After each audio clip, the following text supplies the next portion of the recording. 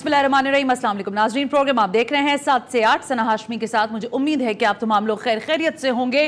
यूं तो आज मुझे प्रोग्राम जो करना था वो जाहिर है अभी पिछले दिनों एक बहुत ही अफसोसनाक वाक़या जो पेश आया पाकिस्तानियों के साथ। एक मरतबा फिर इलीगल माइग्रेशन होती है। जाहिर है लोग बैरून मुल्क जाने के लिए तड़पते हैं कि वो किसी तरह दुनिया से बाहर जाएं और कुछ कमा कर लेकर आएं। लेकिन इस सारी सूरत हाल में जो ये यूनान कश्ती हादसा हुआ है, इससे पहले भी कई हादसे होते रहे हैं, लेकिन हमने अभी तक कुछ सीखा नहीं है। इस टॉपिक पर मैं डिटेल में बात करूंगी, लेकिन सबसे इंपॉर्टेंटली 9 मई का वो सान्या है जिसके बाद इस पूरे मुल्क की सियासत भी बदली है, मुल्क के हालात भी बदले हैं। आज फौजी अदालतों ने साने 9 मई में मुलविस 25 मुजरमान जो हैं उनको सजाएं दी हैं। और ये पूरी जो प्रेस रिलीज मैंने पढ़ी उसमें बहुत ही इंपॉर्टेंट नुक्ते थे जिस पर मैंने आज जहमत दी है ब्रिगेडियर हारिस नवाज साहब को। हम उनसे ज़रा इस पर बात ज़रूर करेंगे।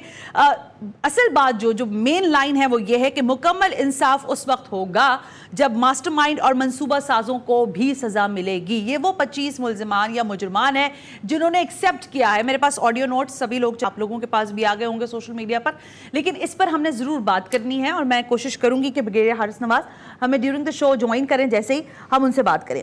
लेकिन जिस प्रोग्राम के लिए आज मैंने तरतीब दिया है और ख़ास शख्सियात जो हैं उनको दावत दी है, वो मामला ये है कि गैर कानूनी तौर पर जो तारिकीन वतन यहाँ से जाते हैं और फिर लाखों रुपया देकर जो है वो जाते हैं और चले तो जाते हैं, सो चले जाते हैं, लेकिन उसके बाद क्या होता है फिर उनकी ना लाशें आती हैं, ना उनका पता चलता है कि वो कहाँ हैं, किस तरह से डूब गए, क्या हालात उनके साथ पेश आए। अभी जो पिछले दिनों 13 दिसंबर को जो मामला पेश आया है, ज़ाहिर इसी साल का, ये भी एक अफसोसनाक वाक़या है। मुझे बताया गया 3 कश्तियाँ थीं, उसमें मुख्तलिफ ज़ाहिर रिपोर्टिंग हो रही है तो पता चला एक में 40 थे, एक में 40 थे और एक जो किश्ती थी उसमें तकरीबन 80 अफराद थे।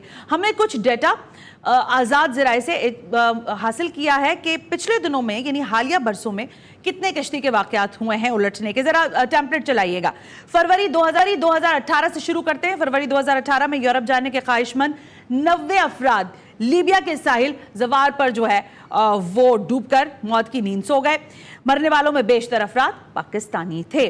14 जून 2023 को यूनान के समंदर पर मौत की कश्ती में 310 पाकिस्तानी सवार थे। ये बहुत ही मशहूर ज़माना अभी रिसेंट जो साल गया है उसका वाक़या रहा, जिनमें 298 अफराद जो है वो जान से चले गए थे, जबकि 12 अफराद को रेस्क्यू कर लिया गया। मरने वालों का जो बेशतर ताल्लुक था अफराद का वो आज़ाद कश्मीर से बताया गया। अक्टूबर 2024 में गैर कानूनी तौर पर, ये मुझे इंटरेस्टिंग चीज़ लगी इसलिए मैं आपके सामने लेकर भी आई, कि कार्गो में छुपकर स्पेन जाने वाले 4 पाकिस्तानी नौजवान उसी जिस कंटेनर में जा रहे थे उसी में दम तोड़ गए, सांस ज़ाहिर उनकी बंद हो गई। 13 दिसंबर फिर ये वाक़या पेश आया और इसमें भी हमारे तकरीबन लगभग अभी तक की इत्तलात के मुताबिक बताया जाता है कि 51 अफराद जो हैं वो शहीद हो गए हैं, वो समंदर में जो है वो डूब कर मर गए हैं। जो बच गए हैं उन्होंने भी बहुत ही दर्दनाक कहानियाँ बताई हैं। मैंने आज ज़रा DGFIA जो साबिक रह चुके हैं अमार जाफरी साहब, उनको जहमत दी है क्योंकि ये एक पूरा मैकेनिज्म है। ऐसा नहीं हो सकता कि कुछ लोग यहाँ से इरादा बांधें। अब वो एक फिल्म भी आई और फिर हमारे यहाँ बड़ा इसका आजकल शोर हो रहा है कि डंकी के थ्रू लोग चले जाते हैं। तो FIA का इदारा क्या कर रहा है? इमिग्रेशन जब हुकाम जो हैं उनके भी तो ज़ाहिर कोई जिम्मेदारी है या नहीं है? अगर उनकी कोई जिम्मेदारी है तो वो क्या है? किस तरह से वीज़ाज लग जाते हैं बल्क में? इस वक्त भी जब मैं बात कर रही हूँ तो लिबिया की ज़मीन पर हज़ारों 5000 अफराद का फिगर मेरे पास है कि वो वहाँ पर इंतज़ार कर रहे हैं इसी एक राइड का जिसमें अभी पता चला है कि इतने लोग मर गए हैं। और हम अकेले नहीं हैं, दीगर और ममालिक भी इसका हिस्सा होते हैं जिनके लोग डंकी के थ्रू जो है उन रास्तों के थ्रू निकलते हैं। अमार जाफरी साहब, thank you very much sir, आपने हमें ज्वाइन किया। साबिक DGFIA हमारे साथ मौजूद हैं। स्टूडियो में मुझे ज्वाइन किया राचा ने, आप vice chairman Pakistan overseas employment promoters association से ताल्लुक रखते हैं। Thank you very much Adnan साहब कि आपने ज्वाइन किया। जफर साही मुझे ज्वाइन कर रहे हैं, वाइस स्काइप सहाफ़ी हैं यूनान से, एथेंस से। थैंक यू वेरी मच साही साहब कि आपने भी वक्त दिया। मैं अदनान साहब आपके पास आने से पहले और अमार साहब के पास जाने से पहले जफर साहब आपसे जरा इनपुट लेना चाहूंगी। अब सिचुएशन क्या है? कितने पाकिस्तानी जो हैं वो अभी भी यूनान में मौजूद हैं और इस हादसे के बाद जो लोग ज़ाहिर बच गए हैं उनकी तादाद कितनी है और उनकी वतन वापसी के लिए क्या तरीकेकार अपनाया जा रहा है? और उससे भी अहम सवाल, जो रेस्क्यू ऑपरेशन रुका है साहिर साहब, इसके बाद वो जो तमाम लाशें हैं उनको निकाला भी जाएगा या वो सब अब वो सारी चीजें अब रोक दी गई हैं? जी, सबसे पहले तो बहुत शुक्रिया आपका। इस वक्त की जो ताज़ा तरीन सूरत हाल है उसके मुताबिक तो अभी जो है वो इस वक्त मैं इस कैंप के बाहर मौजूद हूँ जहाँ उन पाकिस्तानियों को रखा गया है जो पाकिस्तानी इस यूनान कश्ती हादसे में जो वो जिंदा बचे हैं। अच्छा। तो ये जिस तरह पहले भी आपने बताया कि ये कोई पहला हादसा नहीं है। 14 जून अभी कोई ज्यादा वक्त नहीं गुजरा जिसमें 300 के करीब पाकिस्तानी जो अपनी जान से जो वो गए हैं। और ये जो हादसे थे बिल्कुल उसी तरह ओवरलोडिंग की वजह से लीबिया से एक कश्ती जिसमें तकरीबन 25 लोगों को बैठाने की गुंजाइश थी, उस कश्ती में तकरीबन 80 से ज्यादा लोगों को बैठाया गया और छोटी ये कश्ती थी और जिसमें पहले सुराख हुआ और उसके बाद ये कश्ती अचानक पानी के अंदर इस तरह डूबी कि ये कश्ती में जो सवार थे उनको अपनी जान बचाने का मौका जो है वो भी ना मिला। तो इसमें मेरे बाद वही कम उम्र छोटे बच्चे जिनकी बड़ी तादाद जो है वो इस कश्ती में सवार थी, जिनकी उम्र 12 साल 13 साल और 14 साल के दरमियान थी, वो बच्चे इस कश्ती के अंदर सवार थे। और ये भी लंबा शुक्रिया कि छोटे बच्चों को किस तरह इजाजत मिलती है, किस तरह इनको लीबिया का वीजा जो है मैं उस पर डिबेट करती हूँ आपके साथ, लेकिन मेरा इंटरेस्ट ये है जो लोग आप जिस कैंप में मौजूद हैं ये वो लोग हैं खुशकिस्मती हैं जो बच गए हैं इस सारे वाकये के बाद भी। ये क्या बताते हैं कि क्या हालात थे, क्यों ये लोग आमादा हुए गैर कानूनी रास्तों से यानी डंकी के थ्रू यूरोप जाने के लिए? क्या आपकी कुछ बात हुई इन लोगों से यहाँ पर? जी जी बिल्कुल, ये बच्चे और इसमें कुछ जवान पाकिस्तानियों से मुलाकात हुई तो जब उनसे ये पूछा जाता है कि वो क्यों इस रास्ते पे निकलते हैं तो वो कहते हैं कि पाकिस्तान के हालात ठीक नहीं है। अच्छा। वहां हमारा मुस्तकबिल नहीं है। अच्छा। तो हम अपने बेहतर मुस्तकबिल के लिए हमारे कुछ दोस्त किस मुल्क में जो है वो अगर हम रहेंगे तो हमारा मुस्तकबिल नहीं, हमारी जो फैमिलीज है वो मुश्किल में वक्त जो है वो गुजारेंगे, हम बैठ गए तो हमारे हालात जो है वो ठीक हो जाएंगे। ये मेन चीजें और इसमें मेन सोशल मीडिया बड़ा अहम किरदार अदा करता है। जिसके जरिए जो छोटे बच्चे हैं जो यहाँ पहुंचते हैं तो वो फिर दूसरे बच्चों को बताते हैं कि आप यहाँ आए, यहाँ आपका मुस्तकबिल है, यहाँ बड़ी अच्छी सहूलियात जो है वो फराम की जा रही है, स्टडी बिल्कुल फ्री है, बाकी जो भी यहाँ सिस्टम है वो कम उम्र बच्चे हैं जो सामने रहे यूरोप में उनको बेहतरीन सहूलियात जो ये बताएंगे आप मुझे कि अभी ये लोग वतन वापसी के लिए क्या इनका क्या तरीकेकार, कुछ बात हो रही है क्या? ऑफिशियल्स क्या बता रहे हैं, सफारत खाना क्या बता रहा है कि इनकी वापसी कैसे होगी, कब तक होगी, और ये कितनी तादाद में लोग हैं जो अब कैंप्स में है पाकिस्तानी? जी, इनकी तादाद 47 है और मैं साथ ये भी बताता चलूं कि इन तमाम पाकिस्तानियों ने असाइलम जो है उसको अप्लाई कर दी जाए।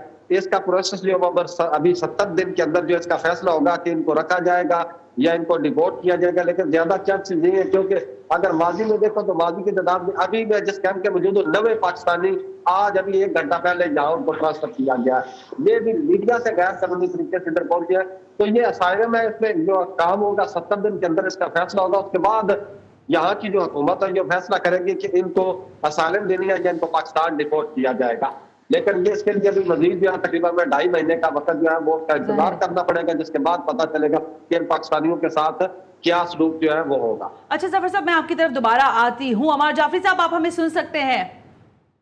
जी बिल्कुल सुन रहा हूँ जी। अमर जाफरी साहब, जाहिर सबसे सादा और सबसे अहम सवाल तो ये है कि आप जब DGFIA रहे तो ये कोई पहला वाकया तो आज हो नहीं रहा है, उस वक्त भी ऐसे हालात रहे कि इसी तरह से डंकी के थ्रू, उस वक्त तो जमीनी रास्ते बहुत एक्टिव थे। ये बताएं कि FIA हमारा काम कैसे करता है, इस सारे मामले को कैसे देखता है, वो गैर कानूनी तौर पर जो लोग बैरून मुल्क जाने के लिए अप्लाई करते हैं? ये एक तो अच्छी बात ये है कि FIA ने इस जो आप वाकई की डिस्कशन कर रही हैं इसमें जिन 2-3 अफसरान की गलती की वजह से ये लोग चले गए, चंद लोग बाहर फैसलाबाद एयरपोर्ट से उनको ऑलरेडी उनके खिलाफ इंक्वायरी शुरू हो चुकी है। पहली बात तो ये है। दूसरी बात ये है कि जो ह्यूमन ट्रैफिकिंग है वो और चीज है, ह्यूमन स्मगलिंग और चीज है, और इसके अंदर फर्क ये है कि एक केस के अंदर उसकी क्राइम शामिल होती है, एक में विक्टिम की क्राइम शामिल नहीं होती। दूसरी बात ये है इसके अंदर कि ये जो एक खास एरिया है पाकिस्तान के अंदर, जेलम और गुजरात और गुजरावाला, ये सब कुछ यहाँ से क्यों हो रहा है ये समझने की हमें सबको जरूरत है। आज से नहीं हो रहा, पिछले 50 साल से हो रहा है। तो सर जब आप DGFIA थे, आपने क्या समझा, क्या इशू है वहां पर? जी मैं बताता हूँ आपको, ये एक माफिया है जो शुरू हुआ था मीरपुर से। जब ये पाकिस्तान बना था उस जमाने में काफी लोग उसके बाहर थे। अच्छा, उनकी चूंकि फैमिलीज थी वो सेटल हो गया मसला। उसके साथ ही वो दीना और ये अपना जेलम और गुजरात और गुजरात तक ये बात फैल गई। ठीक हो गया। अच्छा, इसमें क्या हो रहा है कि यहाँ पर कुछ ऐसे माफियाज मौजूद हैं कि जिनके खिलाफ कार्रवाई तो होती है लेकिन वो सजाएं टाइम पे नहीं मिलती। अच्छा। ये जो कुछ भी इस वक्त आप देख रही हैं ये एक दिन का खासा नहीं है, इसके पीछे एक हिस्ट्री है हमारी, जिसके अंदर अदालतों का भी इशू है, इसकी जो लॉ इन्फोर्समेंट है उसका भी इशू है, इंटेलिजेंस सर्विस का भी इशू है, जो इससे जैली इदारे हैं जैसे ओवरसीज एम्प्लॉयमेंट कॉर्पोरेशन है, ये जितने भी इदारे हैं जो एक प्रोटेक्टर सर्टिफिकेट देते हैं, इस सब के अंदर देखिए ये कहना गलत होगा कि जी यही करप्शन है, हर जगह करप्शन है। पहली बात तो ये है। अच्छा, एक और मैं इशारा करूंगा इसकी बड़ी जरूरी बात का, हमारे पास करेक्ट डाटा मौजूद नहीं है कि कितने विक्टिम्स थे माजी के अंदर। अच्छा, जो ये सर्वाइवर्स होते हैं ना वहां पे, ये वापस आके फिर दोबारा वही काम करते हैं क्योंकि इन्होंने पैसे कमाने होते हैं। ठीक हो गया। अच्छा, असाइलम लेना बड़ा आसान है। असाइलम देखें, पूरी दुनिया का माफिया है ना, वहां पे असाइलम मिल जाती है। भाई क्यों मिलती है असाइलम? आप उनको वापस भेजें यहाँ पे। जब वो डिपोर्ट होके आते हैं यहाँ पे तो उनकी वो हैंडलिंग उस तरीके से नहीं होती, इस तरीके से होनी चाहिए। ठीक है। मैं ये समझता हूँ सना, सारे प्रोग्राम के अंदर हमें सबसे पहले आज फौरी तौर पे वो तमाम मुताल्लिका इदारे सर जोड़ कर बैठे हैं, डाटा जमा करें कि इन 3 डिस्ट्रिक्ट्स के अंदर ये जो रिपीटेडली वाकयात हो रहे हैं ये क्यों हो रहे हैं, कौन से लोग हैं जो जिनकी नस्लें आ गई हैं, पहले बाप वही काम करता है, बेटा वही काम करता है, और क्यों लोग अपने लाखों रुपए खर्च करके अपने यानी कि आपने जब शुरू में गुफ्तगू की, कतई कलामी की माफी दीजिएगा, आपने कहा बिल्कुल दुरुस्त फरमाया आपने कि जो FIA के जो अहलकार थे उनको जाहिर है बर्खास्त भी किया गया है और फिर इंक्वायरी भी चल रही है उनके खिलाफ। लेकिन मेरा सवाल बड़ा सादा सा है। देखिए, अगर एक दिन में नहीं 2 महीने में, चले 1.5 महीने में दरखास्तें आ रही हैं बल्क में, 5,000, 4,000, 3,000, 2,000 बंदा बैक वक्त एक ही महीने के अंदर लीबिया जाने के लिए एक ही इलाके से आपको सबमिट कराता है वीजा अप्लाई करने के लिए, तो कोई किसी के आंखें नहीं खुलती, किसी के कान नहीं खड़े होते, किसी को कुछ नहीं होता। FIA के अंदर कहते हैं जा रहे होंगे भाई तो जाने दो, ये वाला सीन होता है। एक सेकंड, वीजा देना FIA काम नहीं है, वीजा देना बस ये मैं वैसे कह रही हूं इमिग्रेशन के मामलात में। अच्छा, अब इसमें मैं एक और आपको हम बताता हूँ। अगर आप पासपोर्ट बनाने की जो फ्रीक्वेंसी है वो चेक करें तो गालबन 90% लोग वो हैं जिनकी उम्रें यूथ बनवा रही है पासपोर्ट। ठीक हो गया। और वो पासपोर्ट बनवाने के 1 से 2 माह में मुल्क से बाहर चले जाते हैं। ये रिलायबल स्टैटिस्टिक्स है। अब वो बाहर क्यों जाते हैं? ये सारे इसमें नहीं जाते, अक्सर जॉब के लिए भी जाते हैं, अक्सर जो है वहां जाके अपॉर्चुनिटीज भी तलाश करते हैं, विजिट वीजे पे जाते हैं।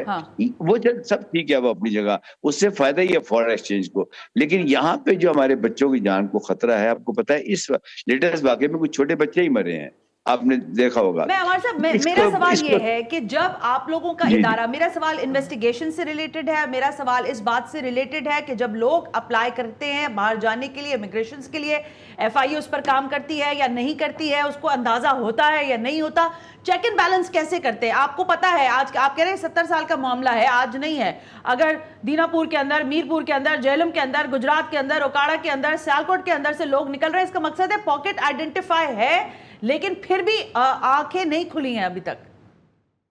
वो तो पूरे मुल्क की आंखें खुलने की जरूरत है तो हर मामले के अंदर। अब मैं जो रेलिवेंट बात है उसके ऊपर आता हूँ आपसे बात करता हुआ। ये जो इस वाक़े को हम डिस्कस कर रहे हैं ना, इसमें 2 चीजों पे गौर करें कि जो लोग मर गए वो तो मर गए, अब जो बचे हैं वहां पे उनकी सारी फैमिलीज परेशान है, सारे माए बहने वालिद उसके जाग रहे हैं, पूरा इलाका तो परेशान है। देखिए अमार साहब, मैं आपकी कथा कलामी क्यों कर रही हूँ, देखिए आपके पास एक पोर्टफोलियो रहा है, मैं आपसे सवाल कैटेगोरिकली कर रही हूँ कि जब इस तरह की चीजें आप लोगों ने आइडेंटिफाई की हुई हैं, जब आप खुद कह रहे हैं 70 बरस से हैं, तो फिर क्यों लकुनाज आते हैं, फिर क्यों लोग आराम से चले जाते हैं मुल्क से बाहर और डंकीज भी लग जाती हैं? सना हाशमी, बैड गवर्नेंस सर, इदारे की बैड गवर्नेंस या सिर्फ और सिर्फ हुकूमत चलाने वालों की बैड गवर्नेंस, FIA की बैड गवर्नेंस? नहीं, ये पूरे मुल्क की बैड गवर्नेंस है। FIA तो सिर्फ पर्चा काटता है कि जी ये आदमी ह्यूमन स्मगलिंग में इन्वॉल्व था और ये प्रूफ है उसका, उसके बाद उसकी प्रोसिक्यूशन होती है कोर्ट में। प्रोसिक्यूशन बहुत इंपॉर्टेंट पॉइंट है, लेकिन आप कह रहे हैं कि पूरे मुल्क का, वो तो आवे का आवा तो सभी का बिगड़ा हुआ है, लेकिन हमारा जो ब्रेन ड्रेन हो रहा है हम उस पर बात करते हैं। सर अदनान पराजा साहब, आप जो काम कर रहे हैं वो ओवरसीज एम्प्लॉयमेंट प्रमोटर्स एसोसिएशन, जाहिर है आपका ओहदा है, उसके हवाले से वाइस चेयरमैन है आप उसके, यानी आप भी ख्वाब दिखाते हैं लोगों को कि आप मुल्क से बाहर जाएं और बेहतर जिंदगी गुजारें, ठीक है। मुझे माजरत दीजिएगा इस सवाल पर, लेकिन ये ख्वाब दिखाना शायद कहीं महंगा तो नहीं पड़ रहा आपको? लग तो नहीं रहा कि आप ही जैसे लोग जब ख्वाब दिखा रहे हैं तो फिर ये डंकी वाले रास्ते और ज़्यादा मजबूत हो रहे हैं? बहुत शुक्रिया जी। सबसे पहले तो मैं एक चीज़ ये डिफरेंशिएट करना चाहूँगा कि एम्प्लॉयमेंट वीज़ा और ये डंकी, ये दो डिफरेंट चीज़ें हैं।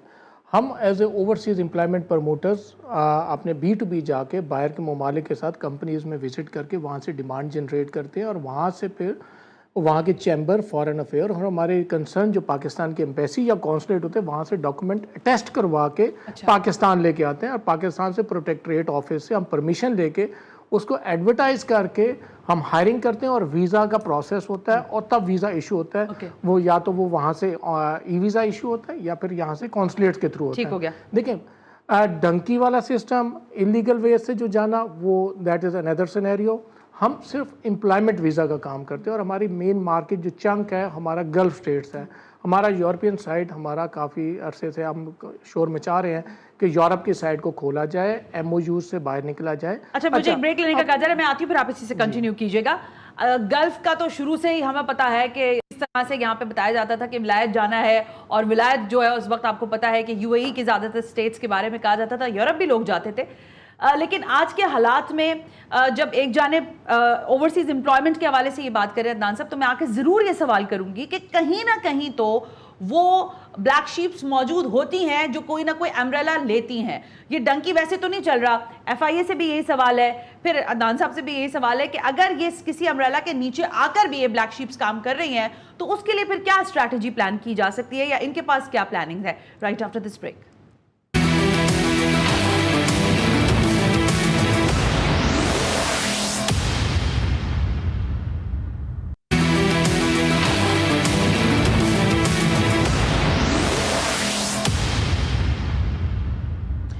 Welcome back. कुछ हालात ऐसे हो गए हैं शायद मुल्क के कि सारे ही लोग दिल बर्दाश्त हैं, लेकिन इतने भी बुरे हालात नहीं हैं कि 13 साल का बच्चा, 12 साल का बच्चा और अफसोस का मकाम है 16 साल का बच्चा जिनके ID कार्ड्स नहीं बने हुए हैं वो डंकी लगाकर बैरून मुल्क जाने के ख्वाब देख रहे हैं। ऐसा ही एक ख़ानदान, अभी जिन एरियाज़ की आइडेंटिफिकेशन हुई है, गुजरात है, फिर बताया दीनापुर है और बाकी और जेलम है, सियालकोट से भी बहुत सारा है, तो वहाँ से हमें रिपोर्ट भेजी और वहाँ पे जो बच्चा है आबिद का मेरा ख्याल है उसका जो नाम है, वो ज़रा चलाएगा, उनके ताया कुछ बता रहे हैं। ये तस्वीर जो दिखाने का मुझे ये बताने का मकसद था, जो बता रहे हैं वो अफसोसनाक है। वो बच्चा ज़ाहिर दुनिया से जा चुका है और बहुत तकलीफ़ की बात है जिस ख़ानदान पे भी ये कर्ब गुजरे। लेकिन सवाल मेरा ये है कि ये 12-13 साल के बच्चों की तो स्मगलिंग हुई। अमार जाफरी साहब, ये तो स्मगलिंग में ही आएगा ना? यानी जिस बच्चे की ID कार्ड नहीं है, ये जिसके पास ID कार्ड नहीं है, वो कैसे जा सकता है सर बैरून मुल्क?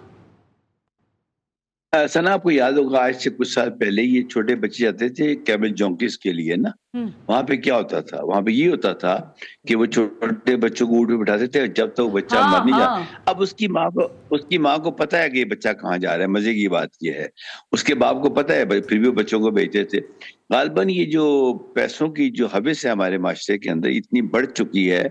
अब मुझे बताएं, एक छोटा बच्चा अगर लीबिया जा रहा है, एक गैर कानूनी जराए सबको पता है, तो ये मैं कहता हूँ कि फेलियर है इदारों का कि जिनको जो एयरपोर्ट पे बच्चों को भेज रहे हैं, जो इसकी जो प्रोटेक्टर सर्टिफिकेट दे रहे हैं, जो इसको प्रमोट कर रहे हैं, ये सब चीजें वही हैं। और ये बस ख्याल रखिए कि इसका डाटा जमा करना बहुत जरूरी है। मैं समझता हूँ अब इस नाउ और never situation in this case, इसमें फौरी तौर के ऊपर मुतल्लिका इदारे जो हैं वो डाटा जमा करें कि नंबर 1 ये काम कौन लोग कर रहे हैं। पहली बात, उन पे इंटेलिजेंस सर्विसेज काम करें, उनको सर्वेल करें। एक होती है रिएक्टिव अप्रोच, एक होती है प्रोएक्टिव अप्रोच। हमें इस पे प्रोएक्टिव करना पड़ेगा। ये सब रिएक्टिव है, कि वाकया हो गया, उसके बाद पुलिस भाग रही है, ये भागीदारे भाग रहे हैं। हमें अच्छा प्रोएक्टिव के लिए आइडेंटिफिकेशन बड़ी जरूरी है, इनके टेलीफोन मॉनिटर होने चाहिए। मैं समझता हूँ ये सियासी मॉनिटरिंग वगैरह छोड़े, इस काम के ऊपर आए मुल्क को बचाने के लिए। अमर साहब, मेरे साथ जो यहाँ पे अदनान पराचा साहब बैठे हुए हैं, मैं उनसे जरा एक सवाल करके फिर मैं आपकी तरफ आती हूँ। साई साहब आपकी तरफ भी आना है मैंने। अदनान साहब मुझे ये बताएं कि आप लोगों का जो जैसे हमने सुना कि किसी ने 20 लाख रुपया दिया जो डंकी के थ्रू गए, किसी ने 10 लाख दिया, 15 लाख दिया। अब जब आप एम्प्लॉयमेंट की प्रमोशन, ज़ाहिर आप प्रमोटर हैं उसके, आपके लिए पास जब लोग आते हैं तो आपका क्या क्राइटेरिया होता है, आप कैसे लोगों को भेजते हैं? और मैं जो सवाल एक बाय लार्ज बार बार कर रही हूँ कि ब्लैक शीप्स तो हर जगह पर हैं, आपकी अम्ब्रेला के साथ हो सकता है, मुमकिन है क्या ऐसा कि वहां पर भी कुछ लोग ऐसे हों जो डंकी के थ्रू रास्ते से निकालवाने की बातें करते हो कि जी आपको एम्प्लॉयमेंट भी मिल जाएगी, आप निकल भी जाएं? जी देखें, सबसे पहली बात तो ये कि हम लाइसेंस होल्डर हैं, फेडरल का लाइसेंस हमारे पास है।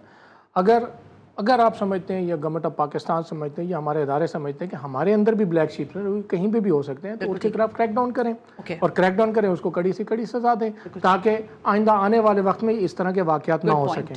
दूसरी चीज़ देखिए, जो हम एम्प्लॉयमेंट का बिजनेस करते हैं वो हमें कैटेगराइज करते हैं, skilled, highly skilled, semi skilled, इस तरह की हमें कैटेगरीज वहाँ से मिलती है। हम 10, 12, 14, 16 साल के बच्चे को हम नहीं भेज सकते। हमारे पास जो है हमारे उनकी बाहर की रिक्वायरमेंट है, गल्फ स्टेट्स की हो, यूरोपियन कंट्रीज़ कहीं की भी हो, 20 से 21 साल की रिक्वायरमेंट है, फिर उसकी सर्टिफिकेशन चाहिए होती है, उसके हिसाब से हम भेजते हैं। हमारे इधर तो हम ये परेशान है इस टाइम पे कि 2022 में हमारा तकरीबन 8,62,000 बंदा वर्कफोर्स जो है हमारे यहाँ से बाहर गई थी। फिर 2023 में वो कम हुई, हमने स्किल डेवलपमेंट पे काम किया, गवर्नमेंट ने किया, अदारों ने किया, और वो वर्कफोर्स हमारा बिजनेस कम हो गया। 2024 में वो 8 लाख से भी कम हो गया। अब इस टाइम पे दिसंबर जो हमारी क्लोजिंग थी कि 7 लाख 10, 7 लाख 15 पे हो गई। 1-1.5 लाख का फर्क आया है। हम बढ़ाना चाह रहे हैं, हम एज ए प्रमोटर्स हम इस वर्कफोर्स के बिजनेस को, एम्प्लॉयमेंट के बिजनेस को 8 लाख 8.5 लाख से हम तो 11-12 लाख करना चाहते हैं। लेकिन उसके लिए हमारे लिए सबसे बड़ा मसला ये है कि अब ये जो डंकी वाला मसला हुआ है, इसके बाद होगा क्या, हमारे ऊपर प्रेशर डाल दिया जाएगा जो कि एम्प्लॉयमेंट का बिजनेस करते हैं। देखें, हम रेमिटेंस लाने के लिए सबसे अहम किरदार अदा करें मुल्क के लिए, हम अदारों के साथ खड़े हैं, हम गवर्नमेंट ऑफ पाकिस्तान के साथ खड़े हैं, हम रेमिटेंस को। लेकिन मसला वही है ना अदनान साहब के सारी जगहों से कहीं ना कहीं कोई ना कोई एक लीकेज तो है। देखिए, लीकेज अगर लीकेज ना हो तो फिर ये मामले नहीं हो। देखिए, सबका गठजोड़ है, पुलिस का भी गठजोड़ है, यहाँ से प्रमोटर का भी है, जो लेकर जा रहा है, जो वहाँ रिसीव कर रहा है, और दूसरे मुल्क में वहां तक राब्ते हैं ना। ये कोई एक आदमी का, इंडिविजुअल का काम नहीं है। देखें, ये जो आप बात कर रही हैं ना, प्रमोटर ये काम नहीं कर सकता, ये एजेंट करते हैं। एजेंट और प्रमोटर के अंदर बहुत फर्क है। एजेंट जो है वो लाइसेंस होल्डर नहीं है, प्रमोटर तो एक लाइसेंस होल्डर है, उसको HR मिनिस्ट्री के अंडर आता है, हमारे ब्यूरो ऑफ इमिग्रेशन है, हमारे इदारे हैं, हमारे ऊपर FI है, सबके इदारे हैं। दूसरी चीज़ ये कि जो 20 से 25 लाख 30 लाख रुपए दे के बच्चा जा रहा है, उसके वालिदैन को मालूम है कि ये डंकी के थ्रू जा रहा है। हाँ। तो आप ये देखिए, अंडरस्टैंडिंग है ना। हम जब बंदे को भेजते हैं कि यहाँ से एम्प्लॉयमेंट पे भेजते हैं, हम ये 2 साल के कॉन्ट्रैक्ट पे भेजते हैं। हाँ। इस मौके पे तो प्राइम मिनिस्टर साहब जो हैं, हमारे ऑनरेबल प्राइम मिनिस्टर, हमारे आर्मी चीफ, मैं तो उनसे दरख्वास्त करूंगा कि बाहर के ममालिक से उनसे बात कीजिए। ये ग्लोबल एक इशू बन रहा है जो कि आने वाले वक्त में और ज्यादा ना हो जाए। असल बात ये है जफर साहिब, अब मुझे कहा जा रहा है वक्त खत्म हो गया, लेकिन मैं आपसे जरूर बात करना चाहूंगी इस पॉइंट पर कि हमें पता है कि हमारी यूथ जो है इस वक्त, हम दुनिया भर में बताया जाता है, पाकिस्तान का जो रेशो है वो 60% तक बताया गया कि यूथ मौजूद है।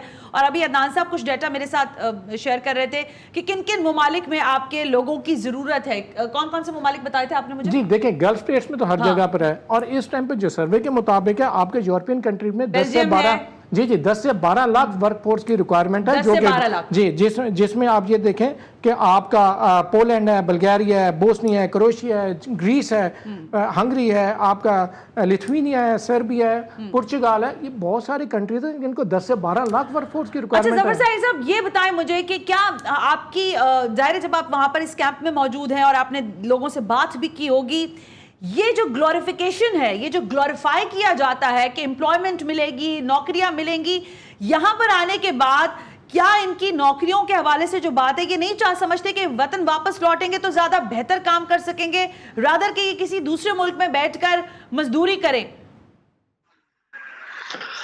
जी बिल्कुल। सबसे पहले माजरत, यहाँ खराब मौसम की वजह से थोड़ा सा मामला जो बाकी यही है कि यहाँ बड़ा दुख और अफसोस होता है कि हमारी पढ़ी लिखी यंग जनरेशन जो जब यहाँ पहुंचती है तो वो मुख्तलिफ ज़री शोबे के साथ वो काम कर रहा है कि यही काम अगर वो अपने मुल्क में तरीके और सलीके के साथ आपने बड़ी अच्छी बात की। एक मिनट रुकिएगा, मुझे जहन में ये जितने लोग अभी मौजूद हैं ये क्वालिफाइड हैं या नॉन क्वालिफाइड लोग हैं?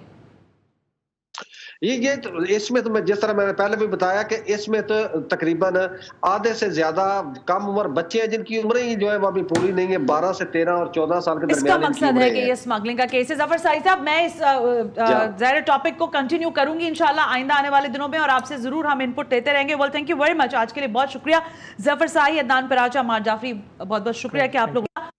हालात हमारे सामने ही हैं, चीज़ें भी इसको मजीद इस पर डिबेट करने की ज़रूरत है, लेकिन मैं ब्रेक ले रही हूँ। जब ब्रेक से वापस आएंगे तो ये जो 9 मई के मुल्ज़िमान को आज सजाएं मिली हैं, मुजरिमान को, इसके बाद जो शिकंजा है वो किस तरफ जाएगा, इस पर बात करेंगे इस ब्रेक के बाद।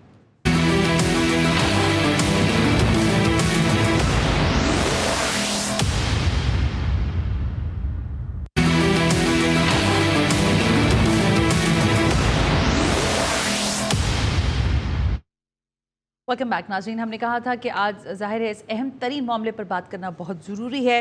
फ़ौजी अदालतों की जानिब से जो साल 9 मई में मुलव्वस 25 मुजरिमान जो हैं उनकी सज़ाएँ सुना दी गई हैं, लेकिन ज़ाहिर प्रेस रिलीज़ हमारे सामने है और हमने पढ़ी और देखी और कुछ हक़ाइक़ हम जानते भी हैं जो कि सारी दुनिया को भी मालूम है और हमें भी मालूम है। इस पर तबसरे के लिए मैंने जहमत दी है ब्रिगेडियर रिटायर्ड हारिस नवाज साहब को, साबिक़ निगरान वज़ीर दाखिला रह चुके हैं, इंतकार हैं। Sir, thank you very much कि आपने वक्त दिया।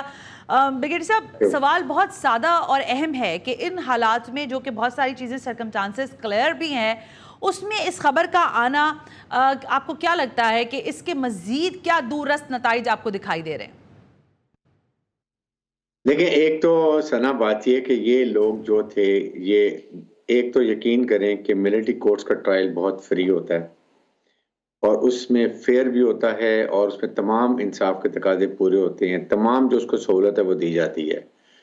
और नंबर 2 बात यह कि सिर्फ फ़र्क ये है जो मैं बार बार समझाना चाहता हूँ कि मिलिट्री कोर्ट में डे टू डे ट्रायल होता है। अच्छा। अननेसेसरी 2-2 तो गैप नहीं होता।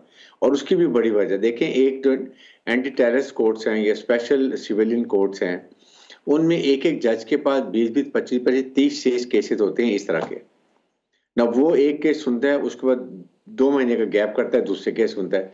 यहाँ जो बोर्ड का प्रेसिडेंट होता है इस फील्ड कोर्ट मार्शल का, उसका एक ही इंडिविजुअल केस होता है। अच्छा। वो इसलिए वो डिले नहीं करता, वो रोज के प्रोसिक्यूटर भी अपने काम करेगा, डिफेंस वाला भी करेगा, एविडेंस भी आएगी और उसके बाद फैसला हो जाता है। This is the difference. इसलिए हम ये कहते हैं कि जल्दी ट्रायल हो ताकि लोगों को जो वाकई डिजर्व करते हैं पर उनको मिले, लोगों को सबक मिले कि you don't have to go. आपको क्या जरूर, आपने अगर जाना था तो आप सिविलियन लीडरशिप पे उधर चले जाए। आपने फौज के साथ जो किया, जिस तरीके से दुश्मन का नैरेटिव था कि फौज और अवाम में क्लैश करवा दो या खलीज पैदा कर दो, फौज को कमजोर करो, वो आपने सब कुछ किया। अगर खुदा न खासा उस वक्त फौज पेशा वराना सलाहियतों के मुताबिक कार्रवाई ना करती और पीछे न हट जाती और कोई फायरिंग हो जाती, आप बताइए व्हाट कुड हैव हैपेंड। दुरुस्त बात है, बहुत बिल्कुल यही नुकता है और यही सबसे अहम बात है कि अगर खुदा न खास्ता उस वक्त रिटेलिएशन में आ जाते और दोनों तरफ से गोली चल रही है, एक तरफ से चल रही होती है और दूसरी जगह से जवाब दे दिया जाता, तो हालात बहुत खतरनाक हो सकते थे।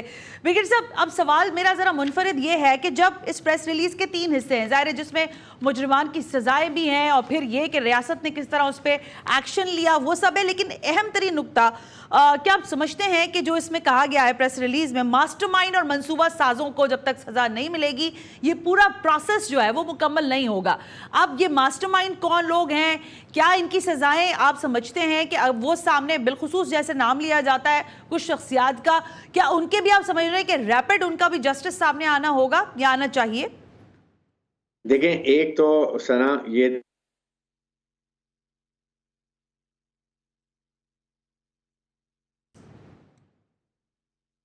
कर रहे हैं वो हो गया, दे डिजर्व पनिशमेंट लेस। जिन्होंने प्लान किया है, इनको इंस्टिगेट किया है, जिनके ब्रेन वॉश किए हैं, जिनको यूज किया है, जिसको फौज को बदनाम करने की कोशिश की है, फौज की साख खराब करने की कोशिश की है।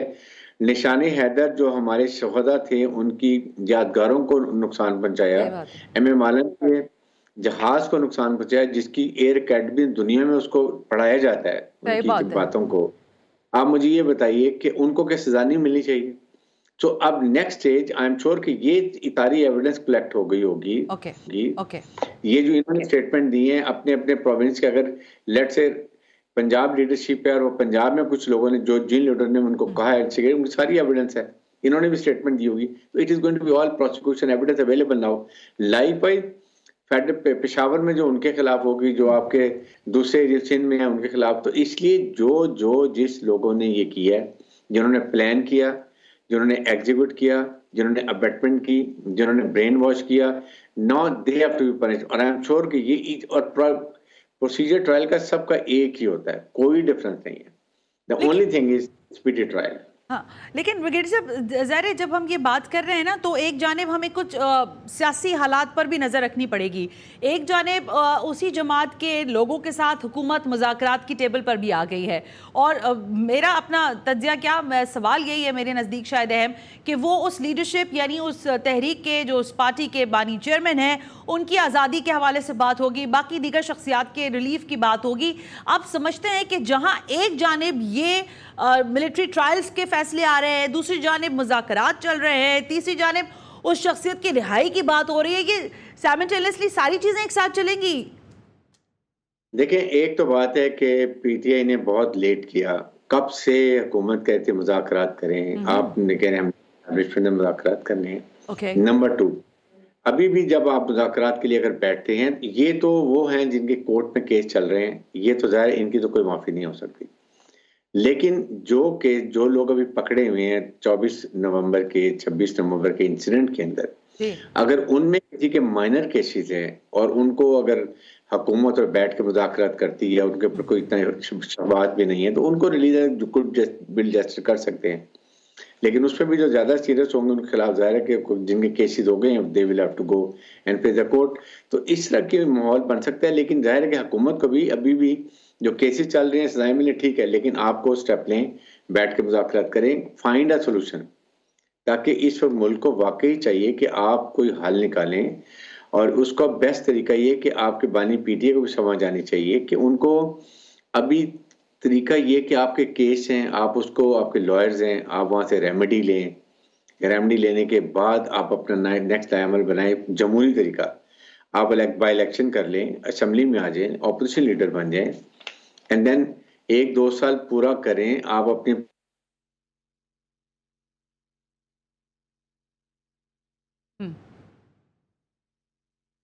वापस लेकर आए, दे 101 मीन पॉलिटिकल मीन जो आप इसको कर सकते हैं। ठीक बात है, बिल्कुल। बहुत बहुत शुक्रिया ब्रिगेडियर साहब आज के लिए। आइंदा आने वाले दिनों में भी आपको जहमत देते रहेंगे, बहुत शुक्रिया। क्लियर बात है, क्लियर पिक्चर है कि जो कुछ हुआ था वो भी सबको याद है, आज जो कुछ हो रहा है वो हमारे सामने है, लेकिन कल को बेहतर बनाने के लिए ये प्रेसिडेंट सेट होना बहुत ज़रूरी था कि अगर रियासत पर हमलावर कोई भी शख्स होता है तो ये कोई भी जिस कहते हैं ना फेवरेटिज्म नहीं होगा, बल्कि इंसाफ होगा, और इंसाफ नज़र भी आना चाहिए। आज के प्रोग्राम से सना हाशमी को इजाज़त दीजिए। प्रोग्राम का फीडबैक ज़रूर दीजिएगा। अल्लाह हाफ़िज़।